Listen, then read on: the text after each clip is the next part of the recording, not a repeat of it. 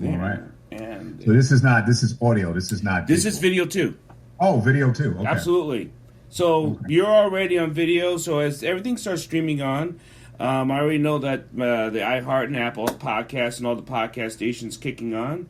And I would like to welcome everyone to Bridges Live. This is Dr. Ball. And you can always reach me at Dr. Paul, Dr. Paul W. Dyer at gmail.com. So if you have any questions, you can put it in the box. But we're going to be talking about men's health. But please, let me introduce my friend here, Walter Kirkland. Please welcome Walter to Bridges Live. Thank you for coming on in your busy, busy day. No. Thank you for what you do, and appreciate being a guest on your show. Heard so much about it. So I want to talk about men's health. As you see the sign, as you see the little thing behind me, what they see, they will be. We connected on men's health and the importance on men's health, black men's health specifically.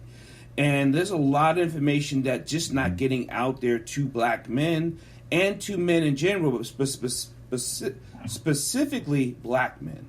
Why do you think that is?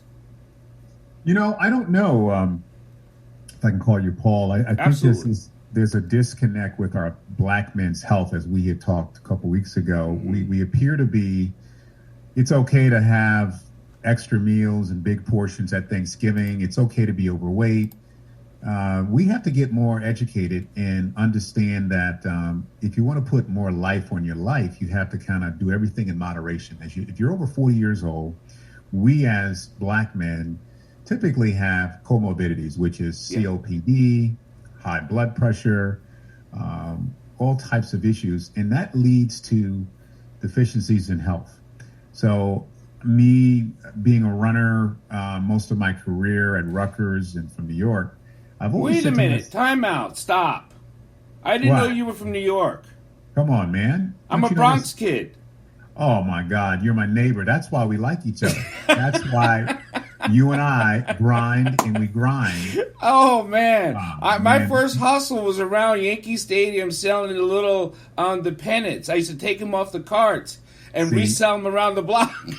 Well, my first job, Paul, you won't believe this, in money-earning Mount Vernon, was selling shoes. I was selling shoes and pots at 16. Nice. Knocking on doors, white people's doors. Yeah. I don't know how I did it and how I had the nerve in New York, right outside of the Bronx, White Plains. Yeah. You know all those towns, New Rochelle. You know what a White Castle is. I do. Oh my God. It's still there. It's still there, and they still make the best pizza in the world, the best. It's just, there's something about New York that never changes. So that's why you and I joined at the hip, Paul. That's amazing. And you ran track. So I know we're off, and we'll get back on. And people, thank you for listening to Bridges Live with me and Walter. But when you ran track, what was it? Were you a sprinter? What were you? Yeah, I ran from Mount Vernon High School, and I was blessed to run the 400 meters, which is one time around. So I'm like a long sprinter, not the 100, but the 400, I was blessed. A guy got injured, and I was a sophomore, and I got a chance to run at this place called the Milrose Games in New York City. I know. As you probably know. And I won the Milrose Games on the mile relay my junior and senior years from Mount Vernon High School. And then we won the pin relays right across the river, as you're shaking your head, at Franklin Field. And that, Paul, changed my life. Bill Cosby was in the fan when we liked him as a dad then. There were 30,000 people. I got the baton, the anchor leg, the last leg, and I was 25 meters behind Caliber High School from Jamaica, Kingston, Jamaica, as you smile. And them boys looked like they were 25 years old. Yeah, they didn't check IDs then. They didn't check IDs. So, Paul, I walked them down, and the place went crazy, and then my life changed forever. I got 15 scholarship offers and went to Rutgers, and, man, it made me who I am. That's who I am from that experience. So I worked with athletes for a long time. I've coached in the Colgate games as a trainer because I'm a proficient guy, so I understand the mechanics of movement.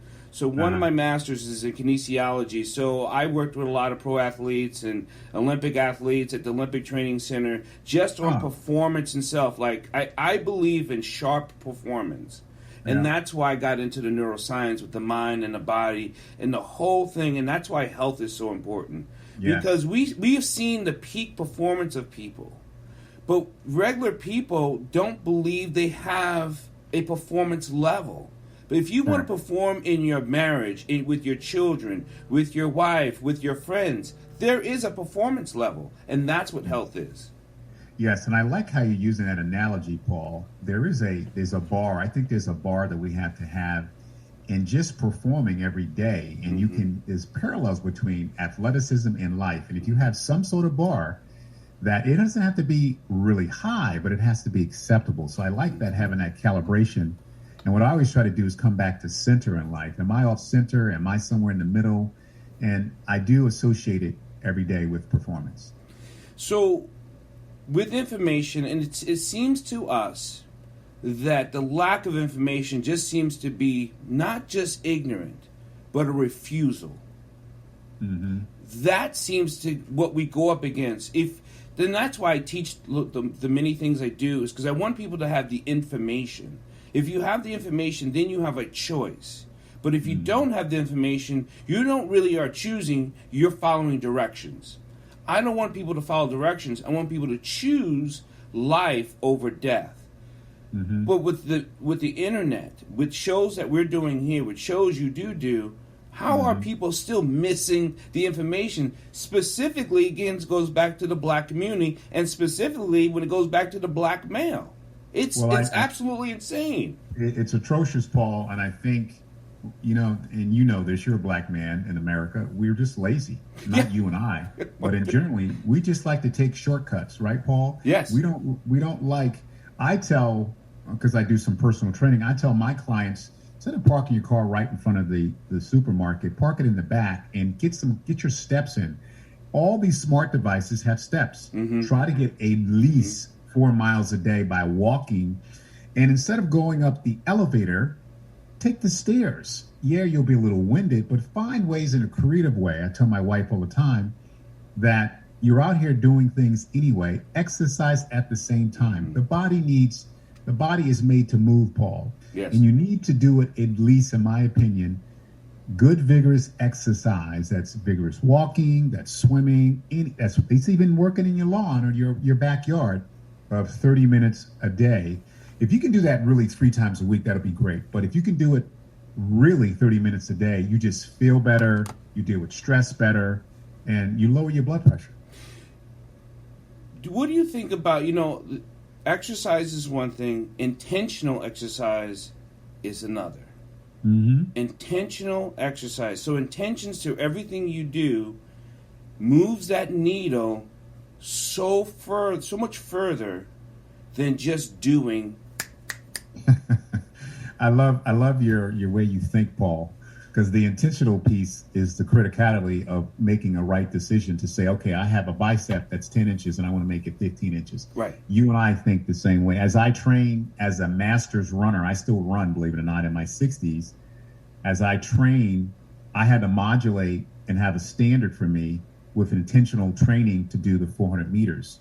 Not like I did some 30, 40 years ago, but how do I do it now? I had to learn the first time around a year ago. I tried to come back too quick, and I end up hurting my groin. I was training like I was at Rutgers again. I was running, Paul, I was losing my damn mind. I'm running 3 days a week doing like repeat 200s, and you being, in that training arena, I was just overdoing it. And then after talking to people like Willie Galt, if you know that name, and I do. Moses, I met Willie Galt. Yeah, Willie Galt. He's still running, actually. He's 50, I think he's 59 or 60. He told me what you should do is you don't have to train. You can train once a week and have a quality workout and then rest. I got out to Albuquerque at the Senior Olympics.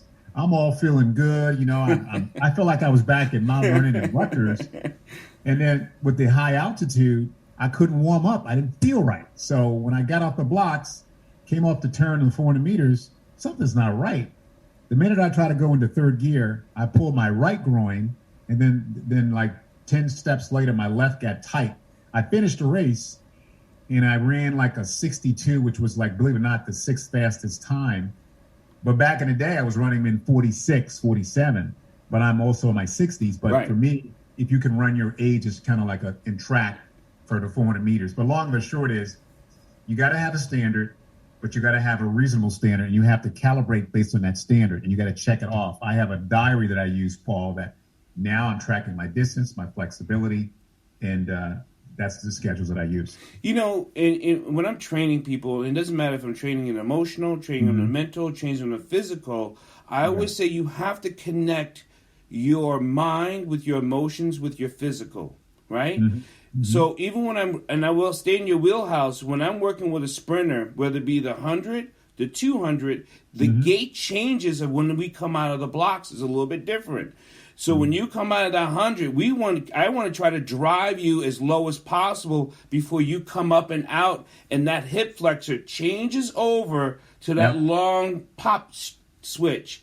Right. So I need to get you here. Your body's going to it's a horse. It's just going to run. But if you don't switch that muscle cap to where it's popping into red fibers and white fibers, you're going to lose those seconds. Absolutely. And I tell people, when you go to your life, when you're talking about who you are and what you want to be, and not so much where it is that you're going to be, but what are you right now and what's your journal like? Because that's the journal you'll keep. How am I moving forward today? And how do you move forward, Paul? If you don't know. In a way that makes sense. So a lot of times we have stretch goals, no pun intended, Mr. Leonard. You like that? That's that New York. I love it.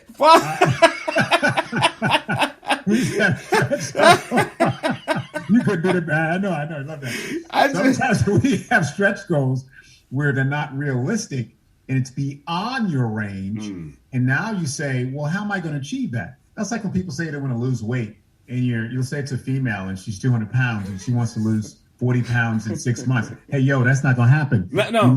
You got to do it gradual. And you got to do it in a modified way. And you have to really put it in a journal and make it realistic to have it consistent.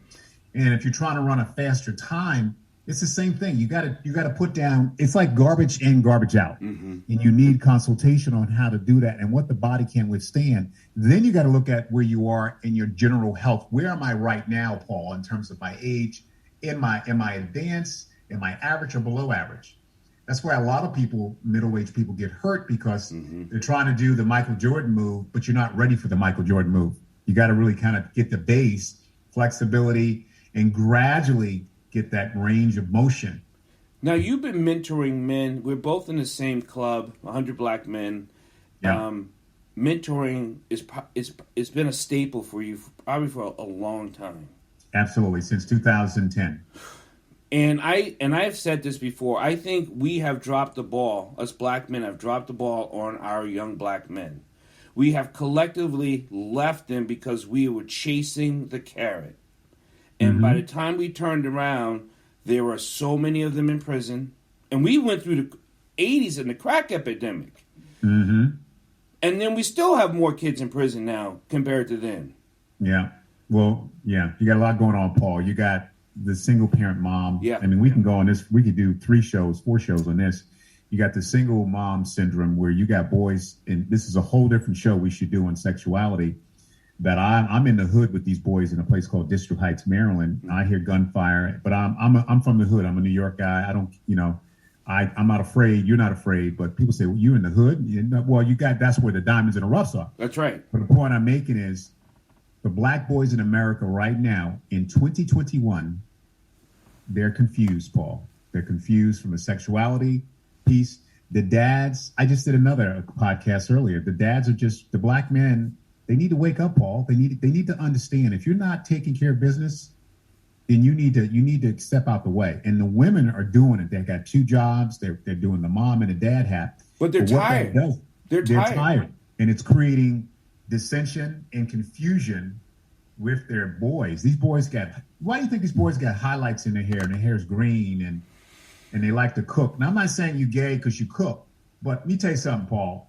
When you and I grew up back in New York, I didn't have any dudes with soft hands and walking like a itch. I'm not gonna say the word. They walk like itches. You like my New York people, man? I can tell. I'm like, boy, you better walk straight. Right, you got to pick yourself, and so that's up to And I'm okay with saying that to young people. Yeah. And people say, and someone has looked at me like, why are you talking to me? It is my purpose to talk to you right now. I don't know you. I'm not your daddy. I'm not none of that. What I am looking out for you. Right. With intention. Right. And again, and they want to be led, Paul. Yes. And I'm not afraid to talk to the young people because, some of them, they will go off on you. But I don't know, being from New York, you're from New York, you can engage people. And if you approach them the right way, yep, they will be receptive to you. They don't want somebody who's not authentic. If you like selling out, you're not authentic. Right. That's when they're going to dish you and say, "Oh man, you better step out of my face." Right. Right. You know what I mean? But most times they listen to me. They're like, "Yo, you got some nice swag, OG." They call me OG. I never thought I would actually get there because I've actually been called OG, and I was just like, when I couldn't believe it. Yeah, first I was like, "Wait a minute, yeah, what does that mean? Is that cool or bad?" And OG is kind of like it's like saying, "Hey, yo, you arrived. I want to be like you." So once I got over that, then I was cool, Paul. and I did the same thing. I actually wrote a piece about being called OG because I literally did not think as a young person I would be in my 50s now. Yeah. But I don't think that I am. I don't look at it in terms of age, but in terms of mental travel, emotional travel. Mm-hmm. And that's what we give back to our community, and that's what we try to give our attention. And I think how do you do it? You do it with a heart, a giving heart, a passionate heart to service. Because if we don't, we die. Not we as in the physical death, but in an emotional, spiritual death, we will die off. And that's where, when you said that black men are lazy, I think, to be frank, the white community bets on that. Oh my God, Paul, you hit a nerve. It's a genocide. White people, specifically our age group, let them Negroes die. Yeah. I'm not racist. No. Trust me. I get along with everybody. But in this 2020 world, what happened about 10 miles from where I live, right, with that attack on the Capitol in 2021, where these white people think they own that building, we live in a different world, brother. Yeah. So it's game on. It's a heightened awareness that I thought I would never see in 2021. So this is what is causing the black young people to get frustrated and giving up on life. And then suicide is up with the isolation with COVID. We're not even talking about COVID. So you put all those disparities together with racial disparities, economic disparities, educational disparities. You and I, educated people, we got out the hood, we went to college, we're survivors, we will always survive. But there are black people, Paul, that are giving up on life. And I got good boys, and I'm sure you do with the 100, that they're stealing. Yes. And they're good boys. I'm like, yo, why did you take them sneakers? Well, because Mr. Kirkland, I got with the wrong group of people and I was bored. What kind of response is that? Yeah, because it's because most people say you teach them not to steal. We are unpacking something a little bit deeper than just the material they take. They're missing something so deep within themselves that it's not that it's lost. It was never cognitively developed. Correct. If it's never developed, it is a dormant of seed, and that's where mentoring comes in. Because we need to dig in that soul of theirs, even though they don't know where that seed is. We can, you know what? The difference, it's like almost sniffing out truffles as a pig. A pig can sniff out truffles because it knows the smell. We see what's inside them, we can dig it out.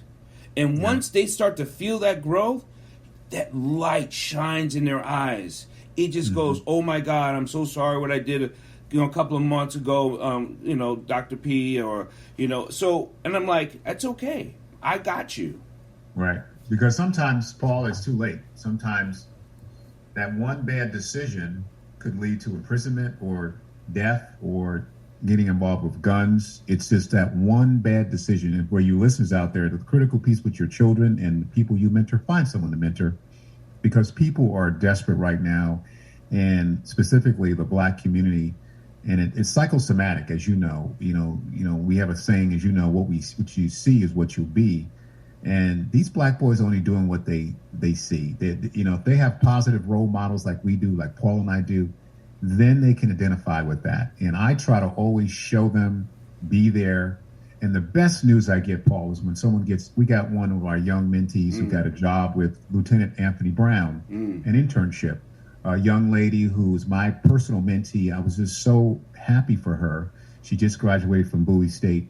Those are the calls I like to get because hopefully I had something to do with that. So you got to lead from the front. You can't be afraid. And, you got to go in, Paul. You got to go all the way in.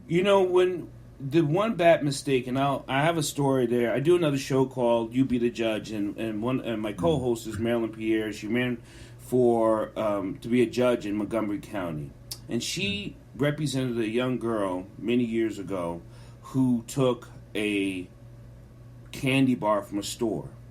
The cops came. She was with two other people. But the girl she represented was black at the age of 18. It's 16. Mm-hmm. A candy bar, arrest record. They pressed charges on this girl. It came out to be a $500 fine because when the cops caught her, they caught her and the store pressed charges. So she has a junior arrest record. She's graduated from Maryland University with a bioengineering degree, right? With honors. Oh my God. She cannot get a job because of the arrest record from when she was 16. Oh my God. You got to be kidding me. No. So she's been trying to get this null and void or out of her record because bioengineering companies, because of the classification now that they're in with the military and whoever, they cannot employ her. So she was working before COVID in the mall, and now she's finished with a master's degree with bioengineering and still cannot get a job until this is cleared. Oh my God, that is just 16, now 21 with honors with bioengineering can't get a job because of a 16-year-old arrest record that they press charges on. Yeah, when they do the background check, that's going to come up. Yeah. And it doesn't help that you're black in America either. You hate to say. This is why I think, Paul, we need to continue to develop our own companies and businesses and learn from the white folks. And that way, maybe she could get a pass if you and I had a company. I just don't. That's just tragic. It is tragic. Painful. Because we say, let's move past your mistakes. You made it, okay, let's move past it. And while they're working hard, when she's studying, or whoever the child is or person is studying because of the single mom, they're working hard, they're doing all this stuff. They get that other level, they go to that front door, they knock on that door, and they're like, yeah, well, you have this. And you're like, really? You're holding what I did 10 years ago on my tail now? Wow, look at what I've done. Yeah. Mm-hmm. Wow, what a story. That's just tragic. And again, you can make one bad decision and it could change your life forever in a lot of different levels. So, yeah, man. Our call to mentoring, our call to straighten up and act right, it's more than just a call, it's a cry.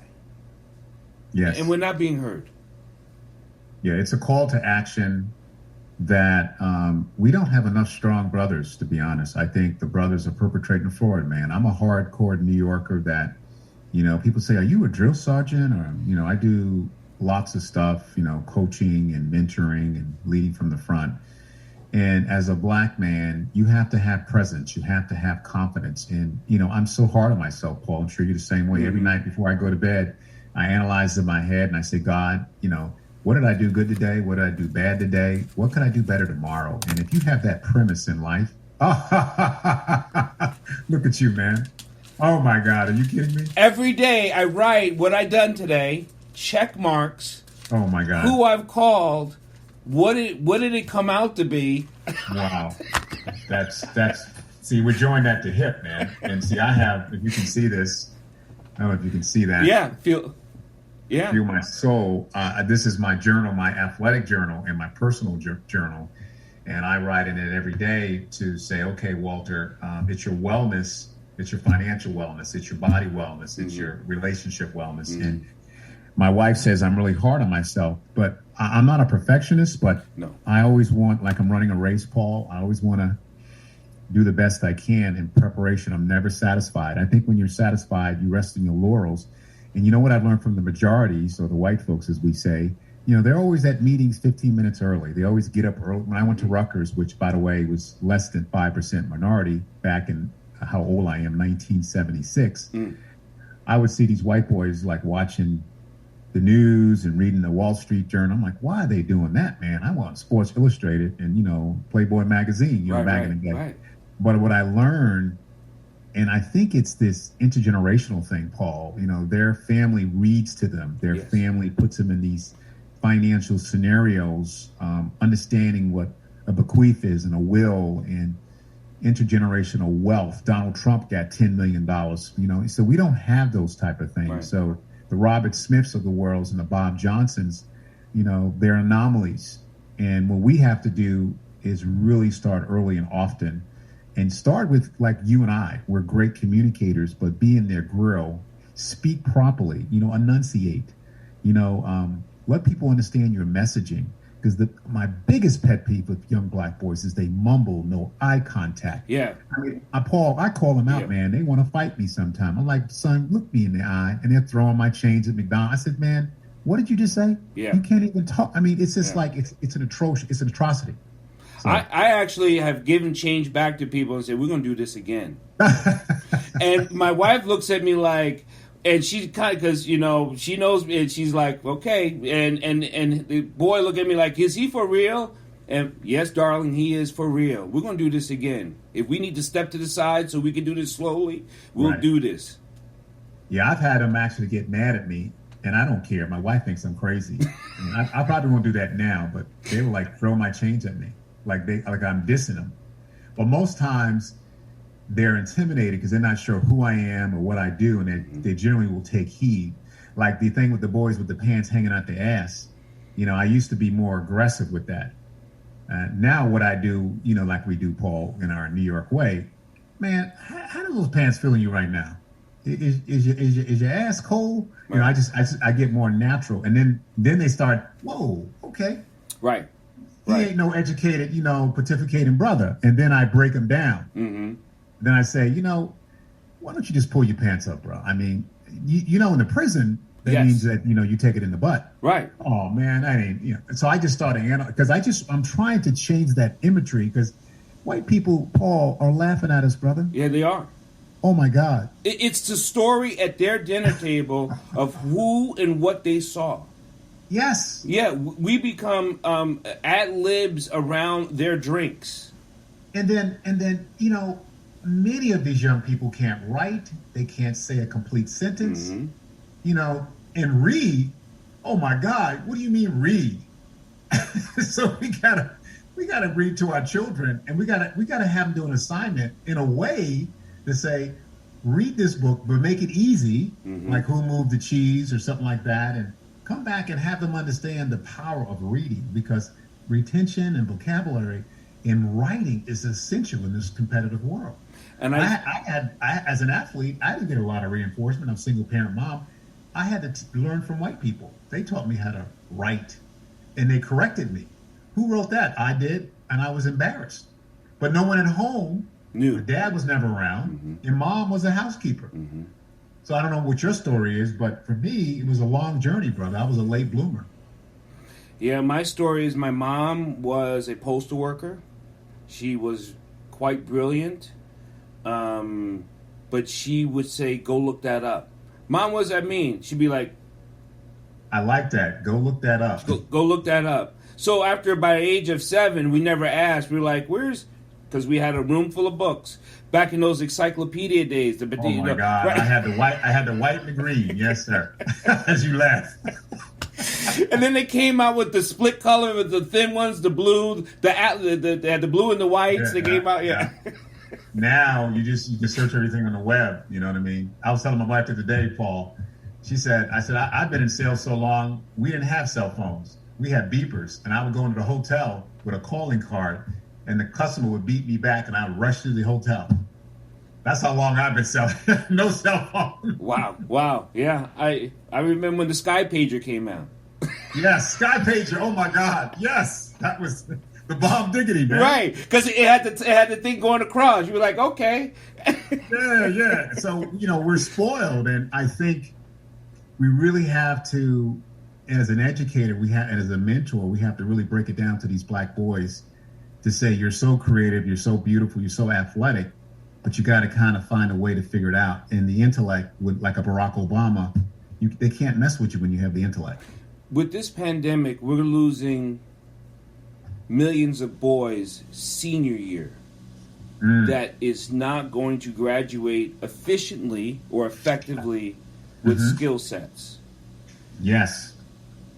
Because they're just not. Because those are the kids that we usually needed an eye on. They usually had the dean next to them or that teacher that said, sit down, Paul, or you pay attention. Well, now they're at home. They don't have internet access. They're unable to get to the materials, and they just don't care. So roughly 3 million black boys. What do we do with them? How do we get to them? That's the $1 million question, because we can't save them all. No. We're in a really heightened state of awareness right now, Paul, to your point. And with isolation, as you know, if you had a bad situation before COVID, guess what now? It's worse. Mm-hmm. If you had a domestic violence situation, if you had abuse, it's worse. And I don't know about you, but when I was an athlete, I looked forward to travel and play football and run track. And when I went to Rutgers, when we were traveling around the country, if I couldn't compete and have that outlet, I don't know what I would have done. So that's why suicide's up 30% between black boys and 8 to 18. We got a real problem, brother. And, organizations like the 100 Black Men of America and our chapters, we do what we can. And I think it's called train the trainer. You got to find some other young people that are leaders. Like I was the captain of the football team, captain of the track team. You got to really reinforce train the trainer, because we can't be everywhere. And the way we are now, I want to get through this pandemic as soon as possible. But things are changed forever, Paul. Yes. Our lives will never be the same. Never be the same. The hybrid model is what's going to happen, which is like we're doing now in this virtual medium, is going to be the lives. And that's another reason why, come on, man, in this virtual environment, I tell these mentees with Zoom is a great way to analyze, record, look at yourself like we're doing now. Mm-hmm. If you don't like what you see, then fix it. Yeah, this is a great way to see what you look like and sound like. The cameras are turned off. The camera's crooked. Man, if I was their age, I'd be all over this technology. Of course, you and I are professional media people. We get it. But this is an opportunity to say, why don't I record this session and analyze this session? And every word, as you know, Paul, has meaning. In the word of life. Yes. Everything. When you broker your support for, this is why I love these type of forums and what you're doing, and I commend you. The engagement, the word has meaning, and it has to be purposeful, and you have to make people, when you can persuade people, not just sell people, but persuade your position, your thought, that's what life's about. That's what we have to teach the life skills of these young black boys and black girls, then they can negotiate anything in life. But if you're afraid to ask, you're in trouble. I'm going to ask you, this is probably the most scariest question to hear, not from what you're going to say, but the answer. Is there a civil war on the rise? Oh my God. Wow. And if so, what do we do with our children that's going to be fodder for the fire?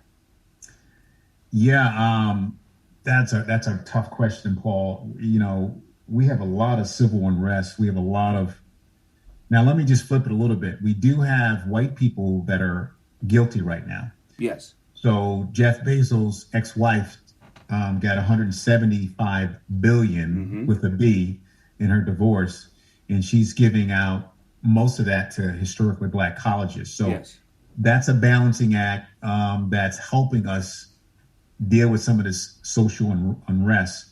But after what I saw at the Capitol with these white people just assuming they own everything, when I go to the airport, when I travel, especially people of our age, it's a different world. So we have to really keep our kids even closer. You have to talk to them more. If police stops you, keep your wheels on the steering wheel, which we already did it already. I have two boys, one's 20 and one's 24.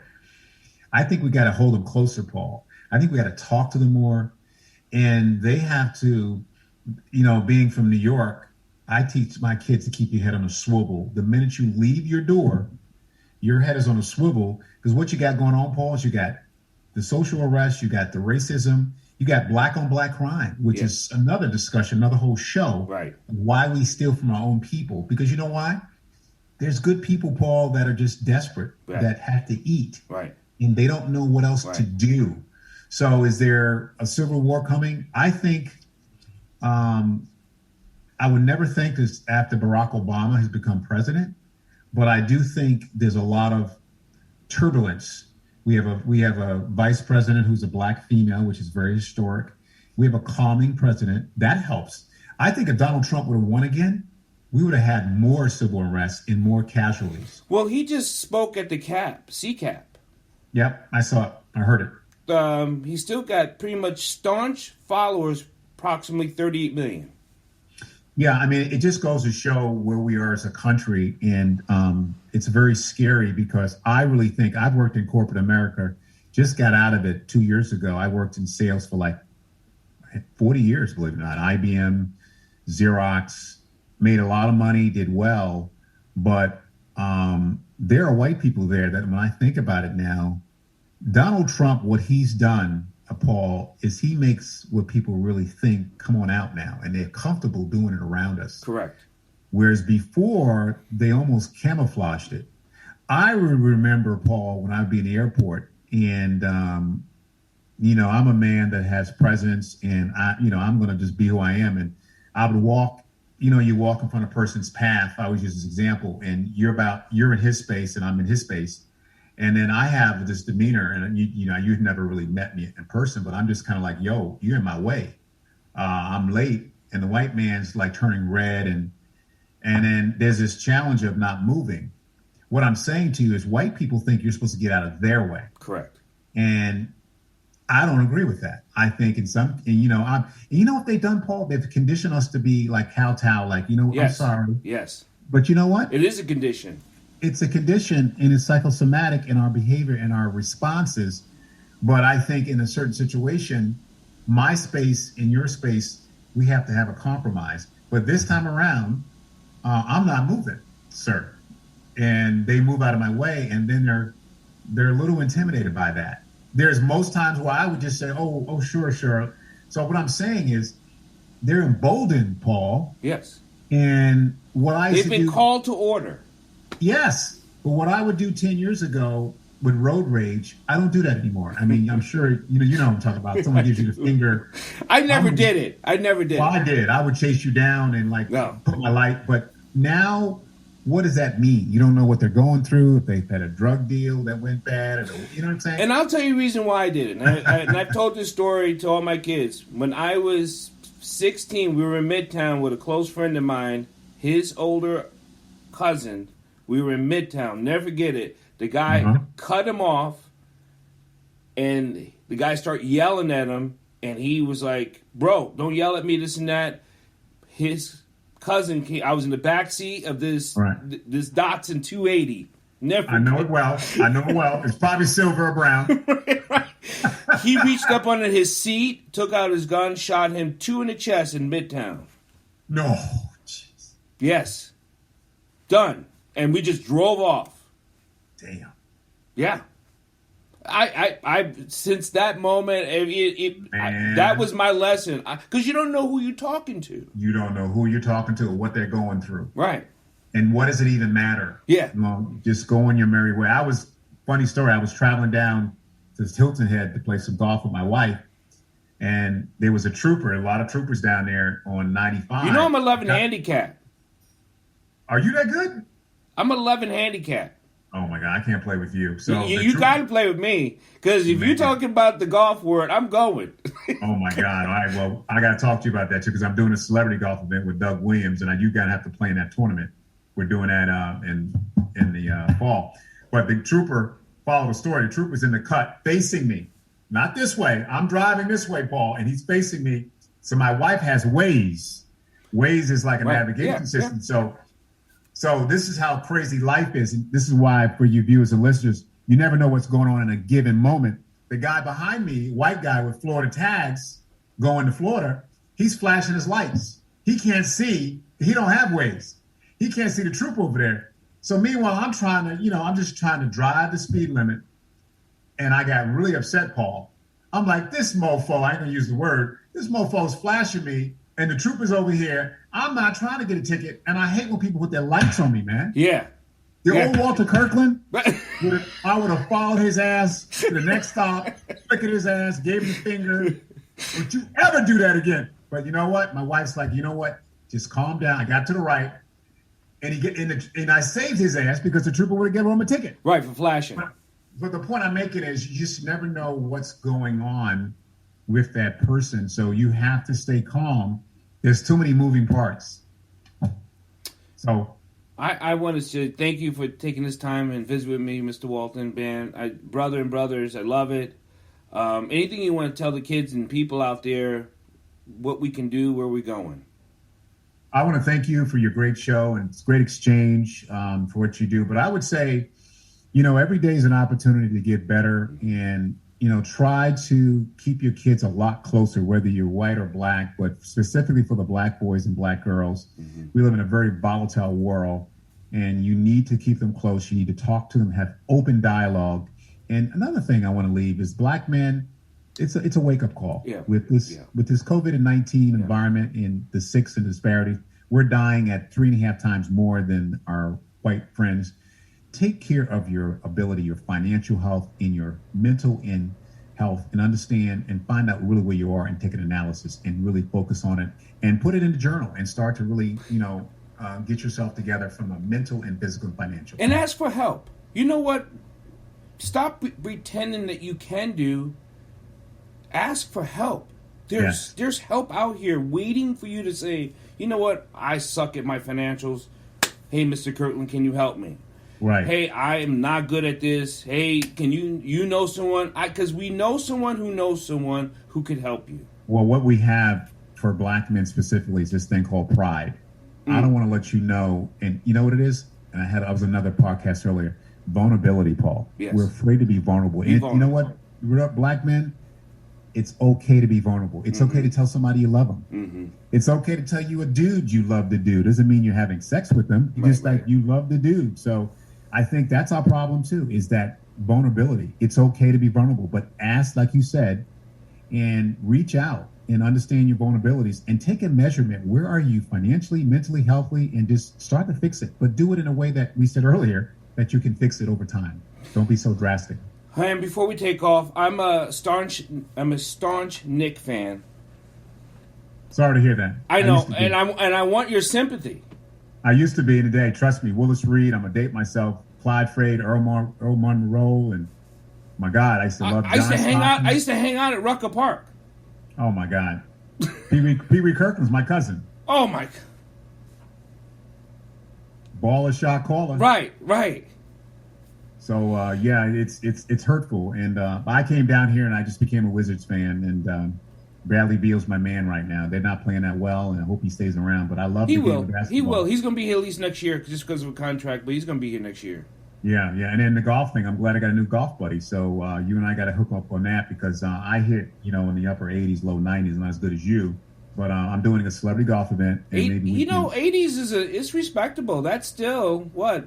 That's 13, 14 handicap. 72, 74. Yeah, upper 80s. Yeah, upper 80s. So I want to get better. But yeah, we're going to, maybe you could bring me back with Doug Williams. He's going to be our chair for this upcoming celebrity golf event at Woodmore Country Club in Prince George's County. And we're probably going to do it October 4th. So hopefully we can come back and talk about that. And we're going to try to get Donnie Simpson, some other people. And maybe you can play in that tournament. That'll be a blessing. Thank you, sir. God bless, man.